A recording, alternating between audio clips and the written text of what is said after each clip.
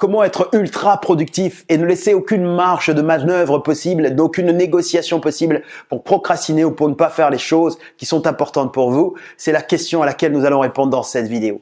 Bonjour, je suis Zico Kiax, entrepreneur, auteur de formation best-seller et fondateur de Kiax Academy. Et dans cette vidéo, je vais vous partager cette stratégie ultime, ultra productive pour être efficace au travail, dans votre productivité, dans votre production et de réaliser les choses qui sont importantes pour vous. Juste avant d'entrer dans le vif du sujet, si vous êtes nouveau sur cette chaîne, merci d'être là pour ne manquer aucun des prochains partages. Je vous invite à faire deux choses. Cliquer sur le bouton rouge qui est juste là, s'abonner, et ensuite de cliquer sur la cloche qui apparaîtra pour être informé des prochains partages. Cette vidéo vous sera très utile si à chaque fois que vous voulez faire des actions importantes pour vous, vous vous surprenez à vouloir faire autre chose. Votre cerveau vous donne envie de tout faire sauf de faire la chose qui est importante pour vous. J'ai déjà partagé une vidéo récemment dans laquelle j'ai partagé 7 autres stratégies. 8 pour être précis, il y en avait 7 plus un bonus. 8 stratégies pour faire la même chose, d'être productif, efficace. La grande différence, c'est que il y a une approche qui est beaucoup plus diplomate, une approche qui est beaucoup plus tendre et une autre approche qui est beaucoup plus ferme, beaucoup plus autoritaire. Donc si vous voulez découvrir l'approche plus tendre, vous pourrez le faire à la fin de cette vidéo sur le i comme info où le lien sera dans la description. Dans celle-ci, je vais vous partager la deuxième approche, l'approche autoritaire. Vous ne laissez pas de champ pour le hasard, vous ne laissez pas de marge de manœuvre à la procrastination et dans votre propre intérêt. Mais ça demandera évidemment de vous mettre dans un certain état particulier. Et si vous avez tout testé, rien ne fonctionne à chaque fois que vous vous remettez à plus tard, vous allez adorer cette approche. Donc je vous invite à la parcourir, à l'appliquer et ensuite d'apprécier les résultats que vous obtiendrez à leur juste valeur. La première stratégie, c'est la même, c'est identifier vos stratégies d'évitement. À chaque fois que vous voulez faire quelque chose d'important, c'est vraiment qu'il y a quelque chose d'important derrière et que vous vous surprenez à vouloir faire autre chose, il y a des stratégies que vous faites.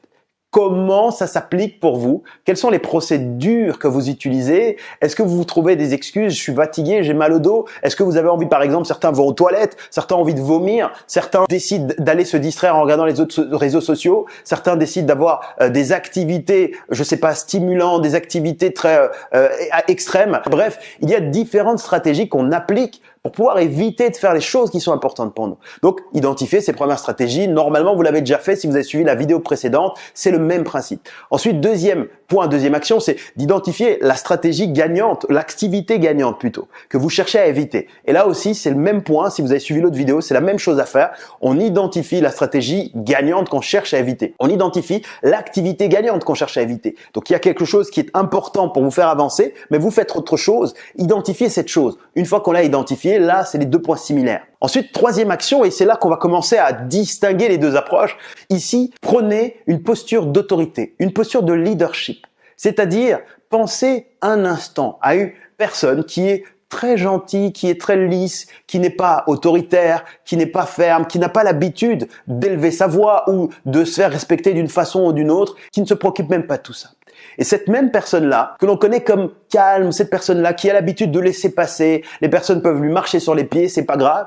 Si elle se retrouve dans une situation où elle est avec son enfant et qu'il y a par exemple un prédateur qui est face à elle, elle automatiquement adoptera une posture de leadership, d'autorité, qui pourra paraître surprenante peut-être pour son entourage habituel, mais qui pour elle sera dans l'instant présent utile, vital, ce sera instinctif.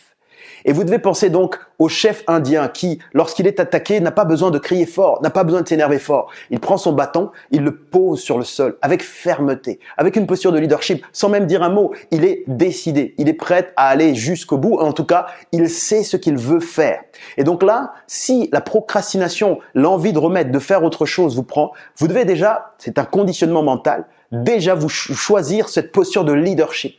Et là, vous vous mettez dans un mode alpha, où vous vous dites non, là il y a quelque chose qui fonctionne pas comme je le souhaite et ça peut pas continuer comme ça, on va faire quelque chose. C'est conditionnement mental, dites-le vous si vous ne savez pas exactement comment le faire, répétez juste ce que je vous ai partagé dans cette vidéo, vous dites simplement non, consciemment là, non, les choses ne se passent pas comme il faut, là ça ne peut plus durer, je décide. Et quand vous décidez aussi avec le corps, vous décidez avec la posture et vous êtes vraiment dans une posture de leadership parce que vous allez utiliser une approche plus autoritaire, plus ferme, qui ne laisse pas de marge de manœuvre. Et donc là, une fois que vous avez adopté ce point dans cette troisième stratégie, on peut passer à la quatrième. La quatrième action, c'est de décider consciemment de refuser la négociation. C'est-à-dire que vous pourriez vous dire « je ne vais pas négocier ». Non, là, il faut décider à l'avance, avant d'être dans la situation de négociation, décider à l'avance que vous n'allez pas négocier. Donc, il n'y a rien qui est négociable. Vous restez donc le maître à bord, le patron, c'est vous qui voulez aller là, faire cette activité, cette action, et vous décidez à l'avance que vous n'allez pas négocier. Et pourquoi je dis qu'il faut décider à l'avance? Parce que si vous ne décidez pas à l'avance, vous vous dites simplement « je ne vais pas négocier », lorsque vous serez dans cette situation de négociation, vous ne l'aurez pas décidé à l'avance. Donc, vous serez surpris par vos ruses vous-même que vous trouverez de façon inconsciente pour négocier et de ne pas faire cette activité-là. Quand vous avez décidé à l'avance, vous partez avec l'intention de ne pas négocier, de faire les choses. Et quand vous arrivez avec cette posture, la personne qui était prête à négocier avec vous, vous-même en l'occurrence, il faudra écouter cette vidéo plusieurs fois pour comprendre toutes ces métaphores, mais c'est vous-même avec la partie inconsciente de votre cerveau, se dira « waouh !» de façon consciente, moi inconscient là, je voulais à mon mécanisme, mais la partie consciente là est tellement décidée que je repasserai un autre jour. Je pense que là, trop décidé, ça durera trop longtemps, ce bras de fer là, donc on va faire autrement. Donc là, vous avez décidé. Et pour ça, pensez à cette petite voix qui vous parlera continuellement. Il y a le meilleur ami et le pire ennemi dans cette meilleure voix. Et comme vous vivrez toute votre vie avec vous-même et vous vous parlerez vous-même, à l'intérieur de vous-même, vous devez apprendre à distinguer le meilleur ami du pire ennemi, la bonne humeur de la mauvaise humeur, le bon conseil du moins bon conseil, et de savoir, quels que soient les conseils qui viennent de l'un ou de l'autre, de savoir que c'est vous à la fin qui aurez le dernier mot. C'est vous qui déciderez. Imaginez-vous un matin, vous vous levez, vous vous dites « Oh, ce sera une journée magnifique, fantastique, j'ai plein de bonnes idées, je vais faire plein de bonnes choses, je vais être sympa avec tout le monde, je vais avancer dans mes projets. » Et vous vous levez, vous dites « Je vais me prendre un bon petit déjeuner pour avoir plein d'énergie. » Et là, la voix qui vous dit « Laisse tomber, tu dis toujours ça, de toute façon, tu vas pas le faire. En plus, on n'a pas le temps, on sera en retard dans les embouteillages, laisse tomber. » Et si vous n'aviez pas décidé de ne pas négocier avant, si vous n'aviez pas décidé d'être dans cette posture alpha, qu'est-ce que vous ferez à ce moment-là? Vous direz « Ah oui, c'est vrai. C'est vrai que finalement, ça sert pas à grand-chose. Oui, je me vois super motivé, mais c'est une journée comme les autres finalement. » Et vous renoncez à tout, vous repartez et vous refaites la même chose chaque jour de votre vie. Ça vous rappelle quelque chose? Là, si vous suivez ce conseil-là, à ce moment précis, vous dites non, non, non, non, non, non, c'est moi qui décide, c'est moi qui contrôle. Ok, on va faire beaucoup de choses ensemble, on aura des activités de récompense ensemble, on sera dans un bon deal, mais là, c'est moi qui ai décidé. Je décide que cette journée sera extraordinaire, que je vais faire ça, qu'on va progresser dans ça et que je décide maintenant de prendre ce petit déjeuner de cette façon-là parce que j'ai décidé qu'il me donnera autant d'énergie et j'ai décidé qu'on va le faire ensemble, on se met ensemble et je veux que tu m'accompagnes dans ce parcours, dans cette action, dans cette implémentation. Est-ce qu'on a un accord? Et là, quand vous êtes dans cet état, je peux vous assurer une chose, c'est que vous obtiendrez ce que vous voulez. Et comme vous refusez la négociation, c'est une façon ferme, c'est comme un jeu très ludique à faire avec vous-même. Et je sais que c'est très avancé comme concept et c'est assez inhabituel, l'approche, la façon de l'expliquer. Mais si vous faites l'exercice, ça vous surprendra. Et je peux vous assurer une chose, c'est que les personnes qui grandissent dans la productivité, qui arrivent à grandir malgré tout, utilisent ce genre de stratégie, les créent, les adaptent, les améliorent, parce que tous les êtres humains ont envie d'être dans le confort. Tout le monde a envie d'être posé, de ne rien faire et de se reposer, parce que, sachez-le, l'être humain est par nature un peu paresseux et a envie toujours de rester dans l'état, de ne pas modifier. Le corps est constitué comme ça, avec l'état d'homéostasie où le cerveau fait en sorte que rien ne change. Donc si vous ne développez pas ce genre d'habitude, ce genre de stratégie, ce genre de ruse, ce genre d'astuce envers vous-même, vous resterez toujours au même niveau. Et c'est la raison pour laquelle ça peut vous sembler surprenant, mais faites juste l'exercice, appliquez-le, répétez cette vidéo encore et vous verrez qu'il n'y aura plus aucune résistance pour vous pour agir et faire les choses qui sont importantes pour vous. Ensuite, cinquième stratégie, défiez votre propre cerveau. Défiez vous-même lorsque vous vous surprenez à vouloir faire des choses différentes. Ça veut dire que n'ayez pas peur de vous dire « Tiens, et si jamais j'y arrive pas? Et si jamais j'ai d'autres pensées, d'autres idées? Et si jamais je me laisse avoir moi-même par la fatigue, l'envie de faire autre chose? Et si jamais j'ai envie de procrastiner, mon projet tombera à l'eau. » Là, non, vous n'évitez rien, vous n'avez peur de rien. Si vous êtes dans une posture alpha, rappelez-vous. Donc là, vous êtes même vous la personne qui est prêt au défi. Vous vous défiez vous-même, vous défiez votre propre cerveau. Et comment? Par exemple, si vous sentez qu'il y a une résistance, automatiquement, quand vous la mettez de la lumière dessus, vous identifiez stratégie de résistance, vous faites cette stratégie avec force et vous faites encore plus qu'il est nécessaire de faire. Je vous donne un exemple. Vous vous dites ce matin, je vais faire 10 pompes, je vais faire 10 pompages, comme ça je me sentirai en pleine forme. Si vous arrivez comme ça à vouloir faire ces pompes et que vous dites, oh non, je pense que je vais pas, oh, finalement j'ai pas envie, il fait un peu froid, ou je me sens pas bien, ou je serai un peu fatigué, dès que vous vous surprenez à faire ça, automatiquement vous bloquez tout raisonnement, réflexion, vous mettez au sol et vous commencez à faire 10, même 15, même 20 pompes et que vous êtes après très fatigué. Mais vous verrez que vous ferez ça 2, 3, 4, 5, 6 fois, quelques fois et vous verrez qu'ensuite ça deviendra un automatisme. Vous n'aurez plus cette résistance. Je vous donne un exemple simple. Vous dites le matin, pour faire cet exercice, comprendre ce que je veux dire, allez le matin et dites-vous, je vais prendre une douche froide ce matin. Et vous verrez qu'automatiquement, plein de pensées vous arriveront. En vous disant, non, mais non, il fera trop froid, je vais me sentir pas. Et dès que vous vous surprenez à faire ça, vous bloquez toute la réflexion, tout. Vous rentrez sous la douche, vous mettez l'eau froide, tout simplement, et vous résistez. Vous verrez que en le faisant quelques fois comme ça, il y aura moins de résistance. Vous verrez que ça vous sauvera la vie parce que cette barrière qui viendra se dira « Ouh là là là, non, je sens qu'il est beaucoup trop décidé aujourd'hui, vaut mieux éviter » et automatiquement, les actions importantes pour vous commenceront à se faire beaucoup plus simplement, beaucoup plus naturellement. Sixième action à faire, c'est d'accepter l'inconfort que procure ce moment où vous vous dites, malgré la difficulté, malgré la résistance, je décide de faire quand même. C'est un moment inconfortable. Vous savez bien de quoi je parle. Imaginez-vous, vous lavez à l'eau froide, pleinement froide, glaciale. C'est une situation tellement inconfortable. C'est pas le fait de se laver à l'eau froide qui est importante. C'est le fait d'entraîner votre cerveau à accepter lorsque vous voulez vraiment faire les choses. À moins faire de résistance lorsque ce sont des vraies choses importantes pour vous. Vous verrez qu'en l'entraînant comme ça, en utilisant cette stratégie résistance, aussitôt je le mets au défi, je fais même plus, automatiquement, vous verrez que votre cerveau deviendra votre meilleur allié, vous appuiera la partie inconsciente de votre cerveau, vous aidera, vous utilisera des stratégies pour vous aider à aller plus vite, encore mieux, parce que vous aurez comme ça réussi à transformer votre mécanisme. Et puis enfin, septième stratégie, accordez-vous des moments de récompense. Parce que après l'effort, le réconfort, bien sûr. Ici, vous vous êtes mis dans une zone, une situation très inconfortable. Si vous l'avez fait, bravo à vous. Et vous pourrez être fier de vous, d'obtenir ces récompenses et de ne pas être dans une flagellation inutile. L'objectif de cette vidéo, c'est de pas être dans une flagellation inutile. Non. L'objectif de cette vidéo, c'est de vous montrer que si vous tentez de faire beaucoup de choses et qu'il y a des résistances, mais que vous savez pourtant les choses sont importantes à atteindre pour vous, que si vous utilisez cette stratégie, ça vous mettra dans une situation très inconfortable, certes. Mais après, il ne faut pas oublier ce septième point qui est très important.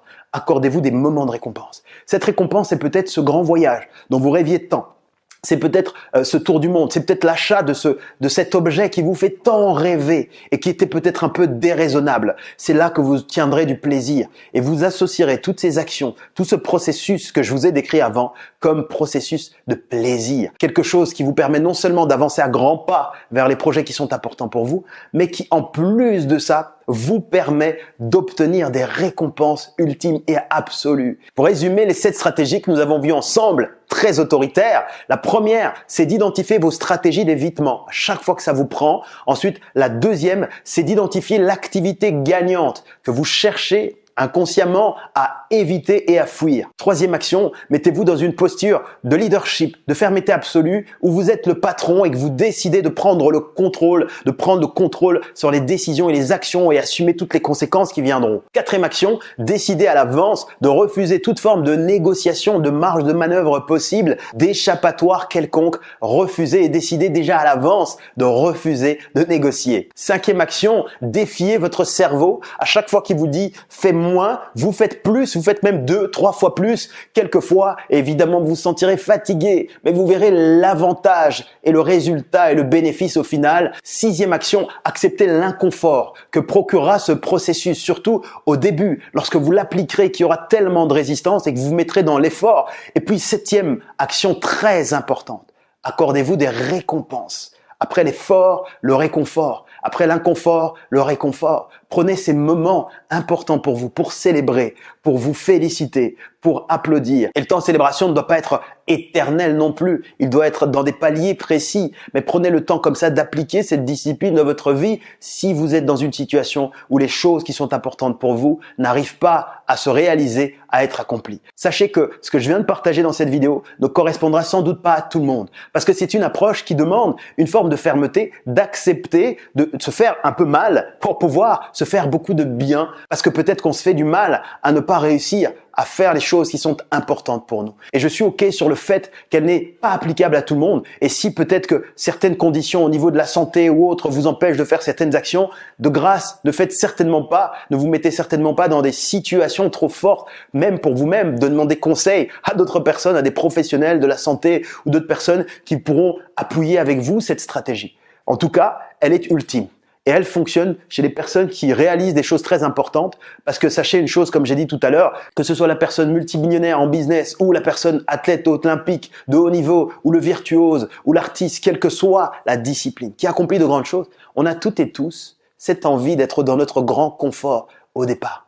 Et pour réaliser des choses qui sortent du confort et qui sont même extraordinaires, il faut réussir à trouver donc des mécanismes, des astuces et des stratégies.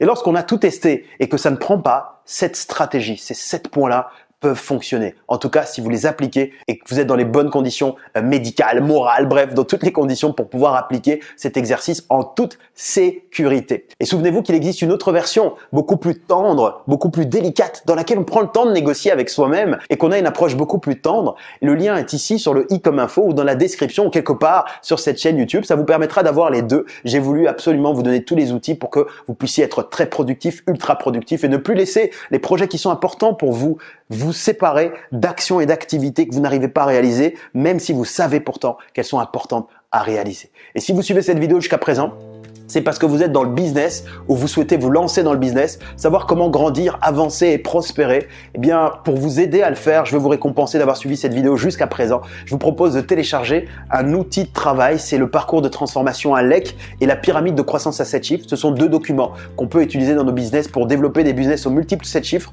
et qu'on partage aussi à nos meilleurs clients, qui vous montrent exactement où vous êtes et quelles sont les actions à pouvoir appliquer pour passer de 0 aux 100 premiers 1000 euros et ensuite des 100 000 euros au premier million d'euros et ensuite d'être capable de le reproduire année après année. Tout est sur le i comme info ou dans le lien quelque part sur cette chaîne.